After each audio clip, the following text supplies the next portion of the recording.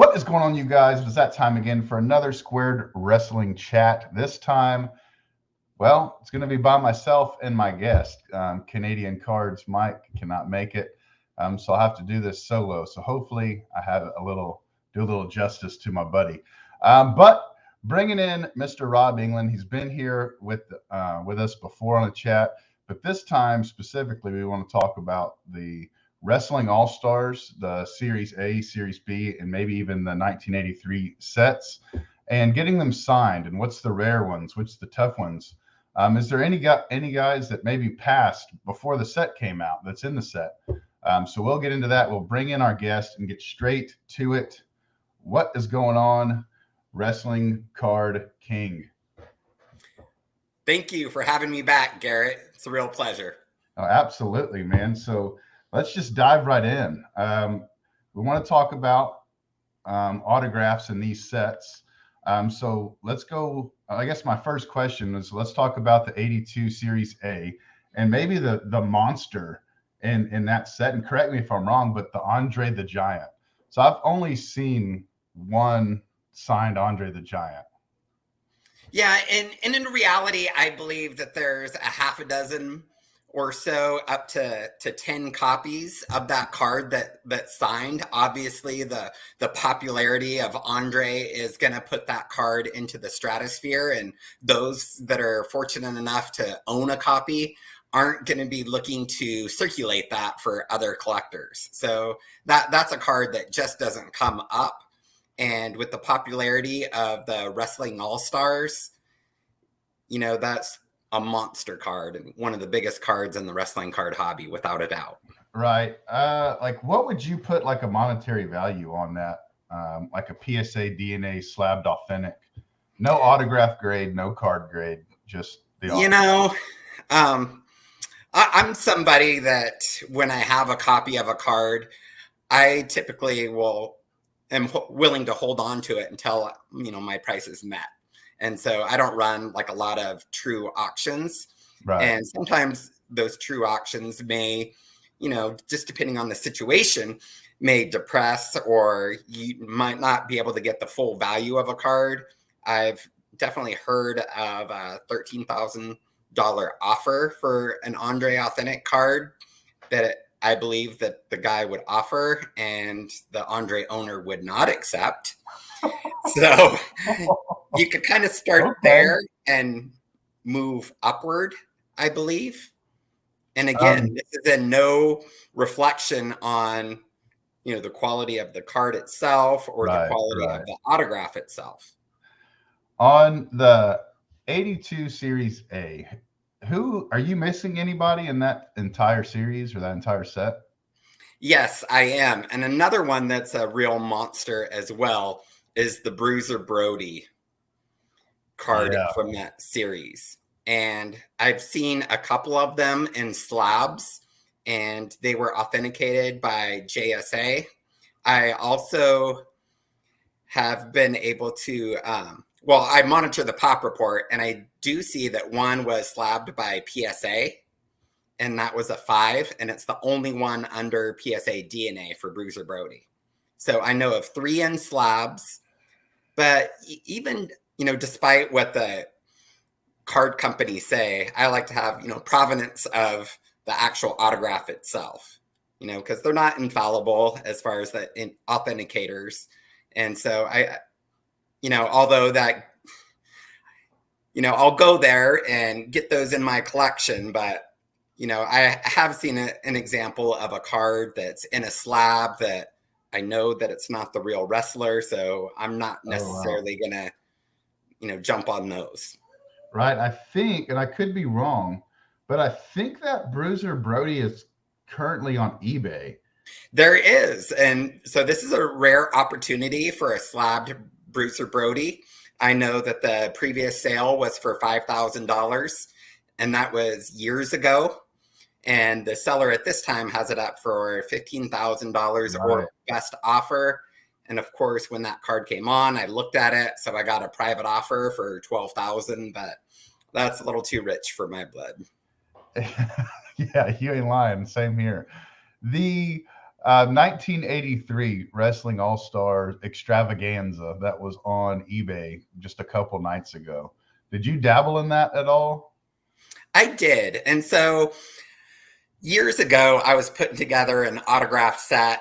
And I think one of the issues for people that are trying to collect this set is that it's virtually impossible to complete a set, whether that's 82A, 82B, or 1983.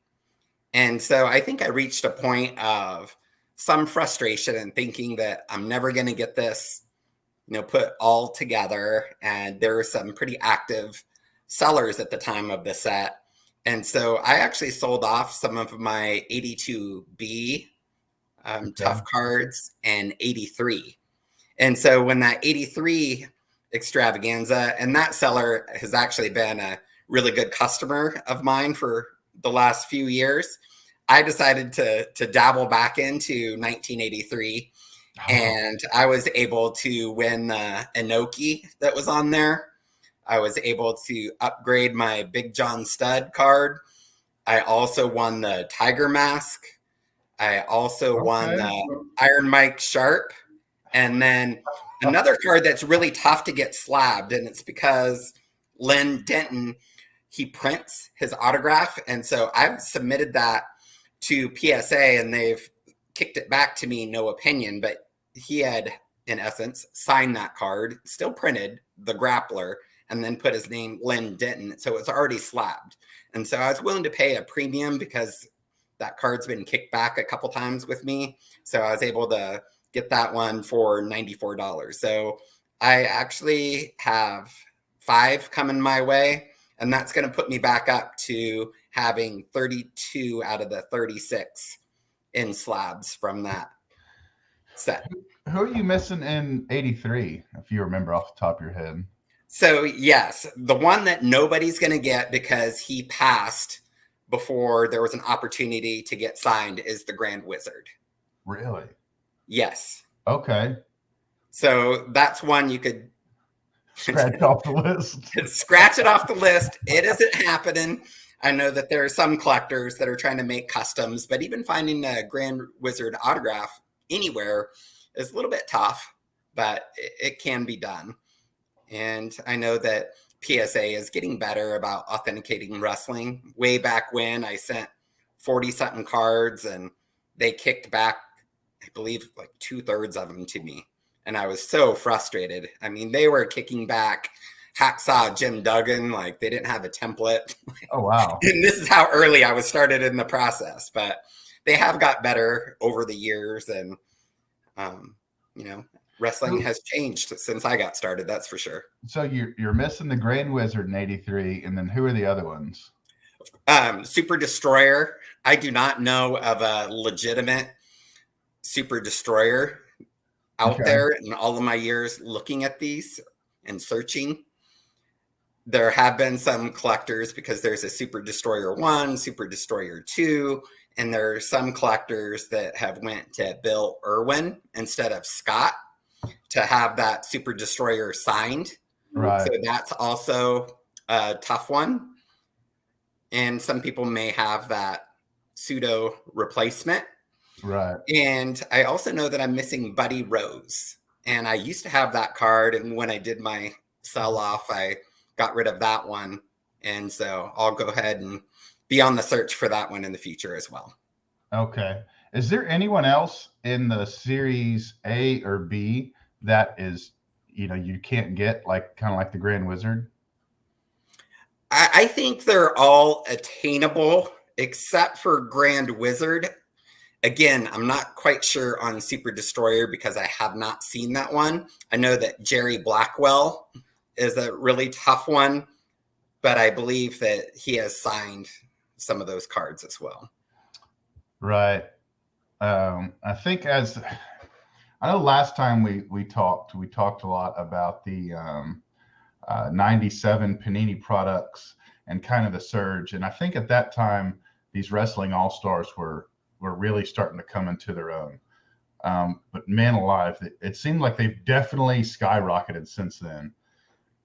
Was it just 2 or 3 nights ago, I think Jake the Snake ended a raw unsigned copy ended for it's like 140 or 150 bucks. Where do you see this wrestling all-star thing going in 5-10 years from now, once unfortunately more of these gentlemen kind of pass on? I think it's going to continue at minimum to staircase. And what I mean by that is it will go up, it may plateau for a bit, and then ladder up again, could plateau for a bit. But I think it's going to be a steady rise for these cards. We know that the supply chain for these was pretty low. It's really a niche market. And there's getting to be more and more mainstream collectors dabbling into their favorite characters from their childhood. Right. I definitely agree with you. I think about 2 years ago when Mike and I got into this, you could find the lower end guys in these sets. The Billy Robinsons, the Angelo Moscas, the Tommy Riches, Les Thorntons. I remember picking those up on eBay for like $6. Sometimes even less than that. And even the common guys now are, it isn't much, but now they're going for, 10, 15 bucks. And the big dogs in all the sets have doubled, if not tripled, in just the past 2 years. I know the Hogan, especially, I don't think you're going to find a raw copy of a Hogan, no matter the condition, for under what, 12, 13 or 1,000. There was a really rough Hogan, and I mean pretty rough, with the crease and nothing to brag about on the corners, and there was a seller that sold that for $750 last week, but I think that's the bottom floor. Right. Is there a problem with fakes in these? And that's just a question I have on my own, because I'm always buying these things raw, but I don't see very many fakes other than the story that you hear with Ricky Morton. Yeah, you send Ricky Morton a real one and he'll take that one and sign a fake and give it back to you, is what the word out is on the street. That's exactly what I'm talking about. Okay. So, of course, there's that Ricky Morton. There's a really bad Ric Flair out there. You may see on eBay that there's an Andre the Giant and a Hulk Hogan as well. So for an uneducated collector, you should just be really, really careful when it's the big ones and you're buying raw. Yeah, I didn't know, and I've never heard if there was a problem with fakes. But like in the sports card community, any set or any card that's iconic, they're out there. And so you just have to kind of look out for those. And the reality is that technology has got so much better. So the quality of the fakes are that much better as well. But right. I think with a lot of just expertise and handling these cards, that we'll still be able to spot them. Right. I noticed you have an eBay store, and you seem to do fairly well on there, and things move in and out of that store as any eBay store. And I noticed from time to time you do have some of your signed Wrestling All-Stars in there. Are you moving those to finance to buy more, like ones you don't have, or kind of what's your mindset on selling your Wrestling All-Star cards? So in the past with my Wrestling All-Stars and even some of my signed ones, I moved some of those out. And to be honest, I noticed the rise in the values with a lot of these signed All-Stars. And so I've dialed that back. I still have a nice healthy stack of them in my office. And so I've held back a lot more just because I don't want to sell them too cheap, because I do see them staircasing and going up in value. So it's pretty minimal what I put up there. And it's just to keep my name out there and for people to find me and build relationships. People always ask, well, what do you have that you're willing to move? And I just say, I really don't have the time to put all the stuff up that I have that I would be willing to move, and just the whole hassle of being a seller. But I just want my name there. Yeah, I know whenever I'm in the market for signed cards, you're the first person that pops in my head. Even if I'm not looking to buy, someone talks about signed Wrestling All-Stars, I'm like, boom, Rob England. just like if anyone talks about like just graded wrestling all-stars or grading all-stars unsigned, I think, you know, Mr. David Peck. And so you two guys, I feel like y'all are constantly like sitting on my shoulders, because here lately I've been shopping for just a ton of wrestling all-stars. So I think about you guys all the time. I'm kind of, what do y'all have? What do you not have? And that craziness of the 83 wrestling all-stars that happened just the other night on eBay, after it ended, I'm like, man, I got to try to talk to Rob soon and see kind of where is he at on all these signed cards. Yeah. So my question for you is, were you able to get in on that action yourself? Yeah. I guess fortunately, unfortunately, I don't know how you want to look at it. Unfortunately for my bank account, I did buy 8 of them. Oh, you did great then. What was funny was as you were talking about some of the stuff you were going after, we were going after some of the same cards, and you beat me. You got me on a fair amount of them, actually. I just released a video, I think it was yesterday, on YouTube, and it was me actually recording through StreamYard, me actually bidding on these cards. And it's a 40-minute long episode, but it shows me bidding against the Big John Stud. I think I was in for like just north of 500, and then some of those other cards. But yeah, I bid, I won 8 and I lost 6 different ones. So I believe was there 30 of them up there or something like that. I have no idea. There was a ton of them. There was definitely a ton. So I won the Buddy Rogers. That was a great score. Yeah, thank you. That one in the in the Lou Thez, I was really I kind of said in my video, like, if there was a Mount Rushmore of like kind of the foundation of the sport of wrestling, in my opinion, I feel like both those gentlemen would be on it. 100%. The Super Destroyer, the Ken Lucas, Matt Bourne, which I'm a big mark for Matt Bourne, a huge Doink fan. And so it's hilarious, and I'll go on with my list in here just a second. But you don't see these cards. They just don't come out. You do not. Very often, and especially on auction. And so I had no clue what any of these prices would be.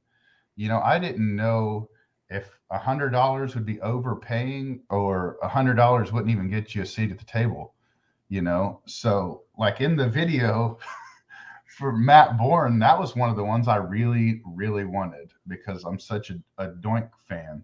And honestly, so I thought that one went cheap. My max bid, Rob, you're probably going to laugh me out of the room, was like $750.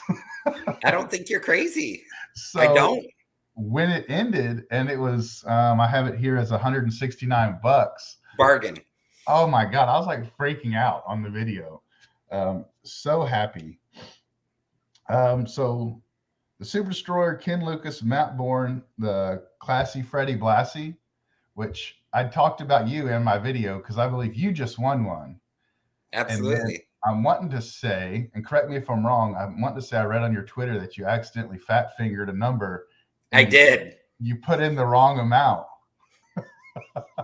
But I'm wanting to say, let's just say I added a 2 on there, so my max bid was $2,000 something, and I'm a person that always honors my bid, but I put it up there, and there's plenty of time left, and I was just looking at this going, oh my gosh, how much am I going to pay for this card? I have one. I was just bidding just to, you know, if I got it at a good price, I would be gladly put it in my collection. So it ended up not being as painful as what it could have been. So right, chalk went up to just making a mistake. I got this one. I did like yours better. This one, the one I got, was for $610. And I'm wanting to say I bid on the one that you won. I think I was in like the $500 range. And so even though knowing that you fat fingered it, someone else other than me was bid you up to that point, you know, or because you would have been around 500 if it was just you and I. Right. So keeping that in mind, I'm like, man, if I want this Freddie Blassie, I'm going to have to kind of bid strong. Um, the I can never pronounce this last part of this gentleman's name. The Sheik Al, is it Kinsey? Okay, you won that one. That's my old card. Is it really? Yeah, General Adnan. Yeah, he's an amazing guy. He's in great shape. I saw him a couple years ago at the gathering. But yeah, that's my old card. I tell. That's a 7.5, by the way, when it was graded by PSA, and it went into an authentic holder. Okay, that's good to know. It's nice. I talked to Mike, my buddy Mike, that was here on the chat with us last time, and I really look up to you and Mr. Peck, and that's really cool. I really like knowing that was in your collection at one point, because I buy stuff from David from time to time, and I don't want to get sentimental or cheesy here, but it's cool knowing that I have stuff from both of y'all's collections now in mine. And then the last one, I don't know if I'm going to pronounce this guy's last name right or not. Was the Salvador Belmo, is it? Okay, that was a good deal too. That's a guy, Rob, I said in my video, like, I still don't know anything about him. I know I've never seen an autograph of his, and I had a couple extra dollars, and I'm like, well, let's go after this one. I've never seen this guy's signature, so let's go. So you didn't win the Dick Slater. The Dick Slater was one that somehow I missed the marker bid for that, and I felt like it went way too cheap. Again, that was my former card. It's a PSA 7. It's a nice autograph on it, and if I had to do it over again, I would not have let that Dick Slater go like it did. No, I bid on the Dick Slater. I think I bid, oh man, like 270 or 265. So were you the underbidder then? Correct. Right. And then the same with Ken Lucas. Like, I didn't know a lot. I'm still learning a lot about all these guys and having an absolute blast doing it. But like the Ken Lucas, I don't know anything about him, if I'm being honest. And Dick Slater, I know the name. I've heard the name a lot, but I don't know anything about the wrestler. And so it was kind of intriguing to me to bid on these guys that I had no idea on. Because I kind of look at it like, once it's in hand, well, you might as well do some research so you know what you have. Absolutely. Know what you have. Right. And one of the things with Ken Lucas is that he's in the Rax roast beef set from 1979. Okay. That has got a lot of notoriety as one of the tougher wrestling card sets in existence. So you said you got the Antonio Inoki. Inoki, thank you. So I said in my video, like, with like 7 or 8 hours, not at the beginning of the auction, like day 9, it was already at $200, and a lot of these other ones didn't have any bids. And so I want to see kind of like, what can you teach me about this guy? Because I was like, why is this card so expensive? Why is this autograph so expensive? Because everyone else, like a lot of them at the time, didn't even have bids, and he was already in the triple digits. Yeah, well, Inoki in reality is the biggest star in Japan, and he's still living, but he's in poor health, and just getting access to him is extremely hard. I know that there's been some vendors that have wanted to bring him over, and for whatever reason, that hasn't happened. I know actually when that card was signed, it was signed a few years ago in November. So exactly about 2 years ago, one of my buddies, Greg Weiss, had a contact go to Japan, met up with Inoki, got that card signed. So I know the full background for that card. I actually had some cards on that travel, but Inoki wasn't able to sign them all. He was only able to sign a fraction of what we sent. And so mine didn't make it. And so that gave me a little bit more incentive to have one already in a PSA slab and to get that card in my collection. And also the tiger mask was part of that Japanese trip. Okay. And I was able to win that one as well. So Greg Weiss's contact was able to get that one done. And I actually had sent some tiger mask as well. And he was really hard to deal with. And again, my Tiger Mask All Stars weren't able to be signed at that.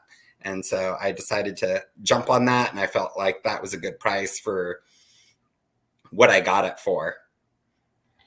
Oh, has there been multiple Tiger Masks, or has there only been one?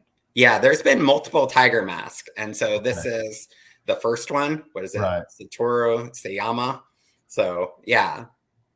So there was, and I've heard that he's in poor health at this time as well. Where does he live? Do you know? Like roundabouts? I think it's just roundabouts Tokyo. Okay. Of course, Tokyo's right. Gigantic. There was another auction that night that kind of made me scratch my head. Another gentleman that I didn't know, and it ended for a fair amount. The Bob Sweeten. Is his autograph just extremely rare, or like why? I mean, that was almost $900.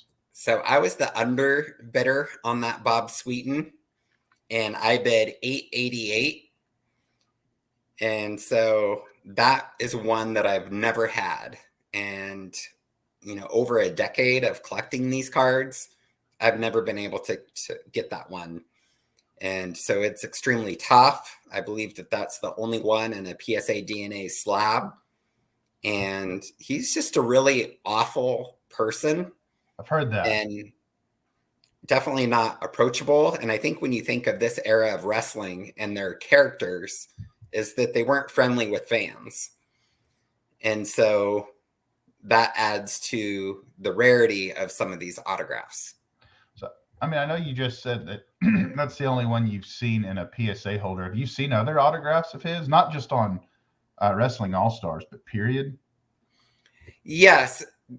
There was months ago, there was a Paul Bosch estate where they were auctioning off a full night's contracts for the wrestlers of that day. And it was amazing because there was Gino Hernandez in there. And that's the other one that I don't have from 1983. And I'm not really sure. I've heard of copies being signed, but as far as the legitimacy, I'm not quite sure. Right. But there was Bruiser Brody in there.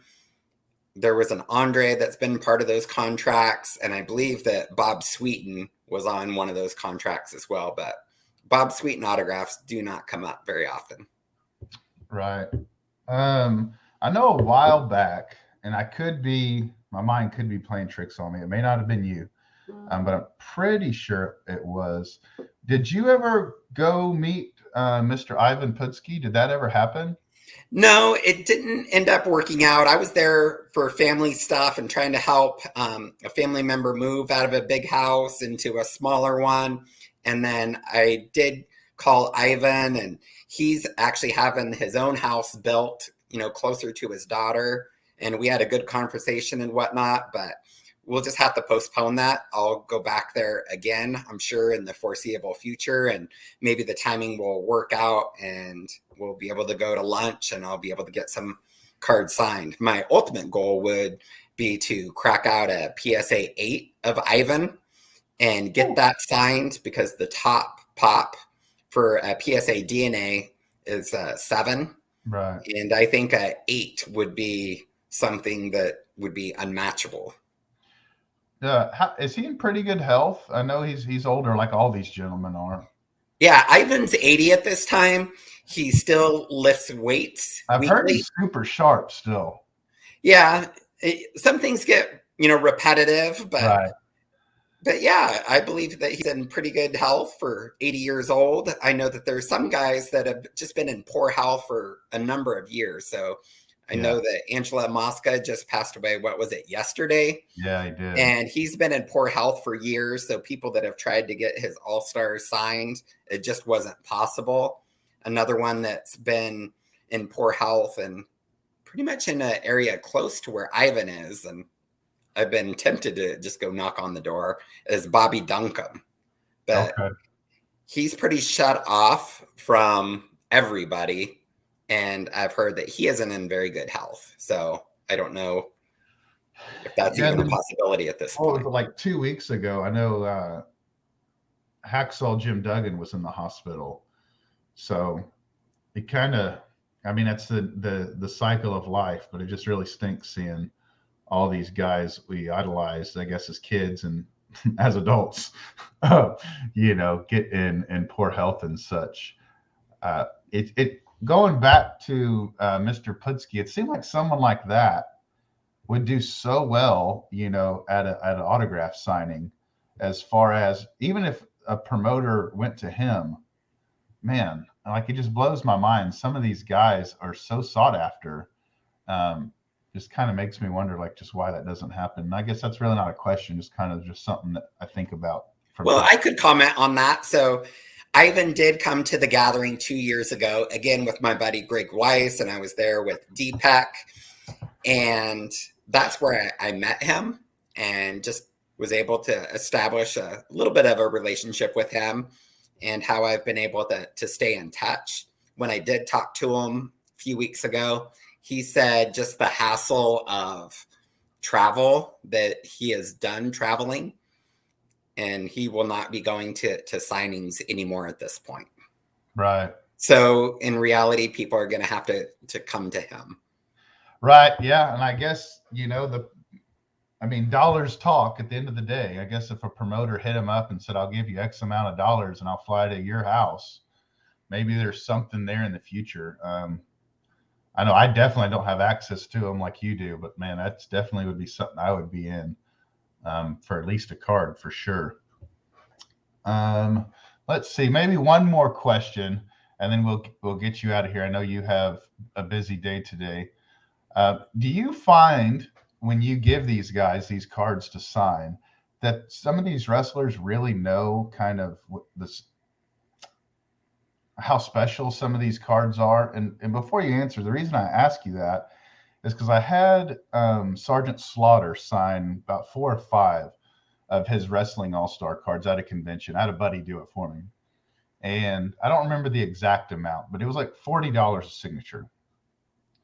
And when he seen these cards, he said, "Oh no, these are 60."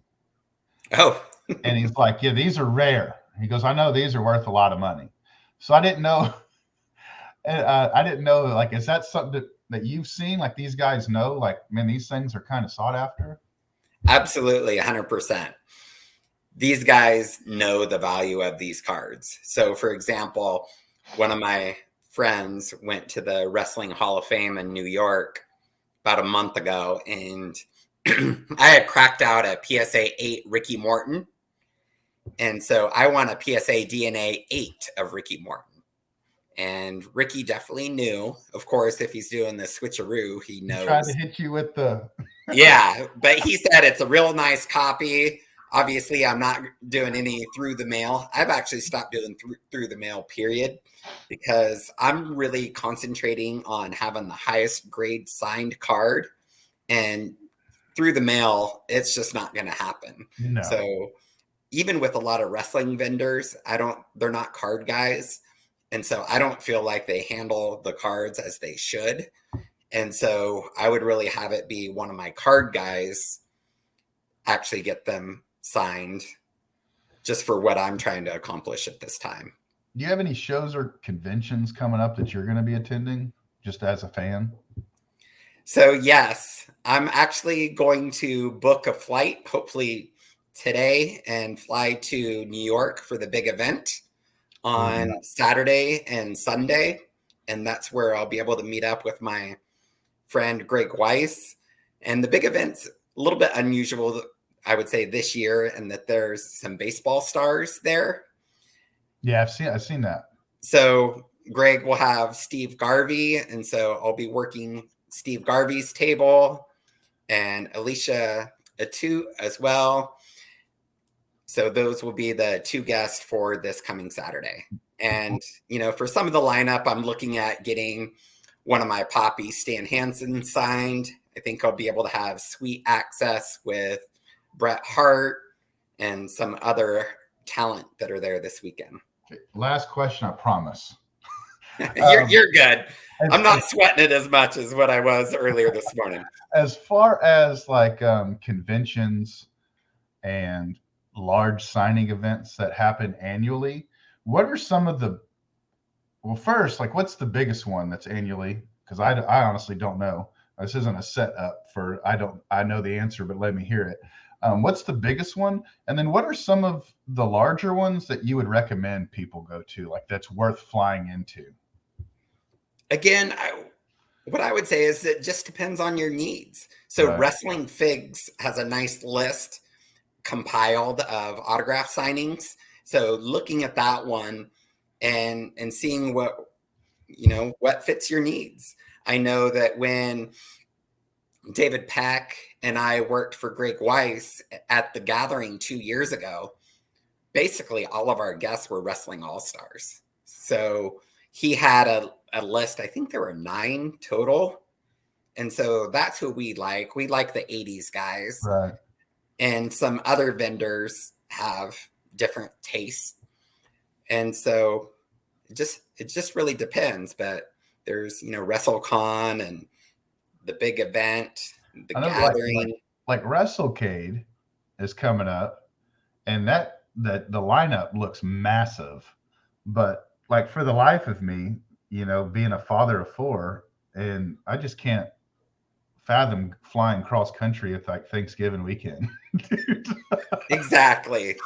And in reality, too, my buddy Greg, he used to offer, just say, hey, why don't you come in for the show? I'm bringing in so and so.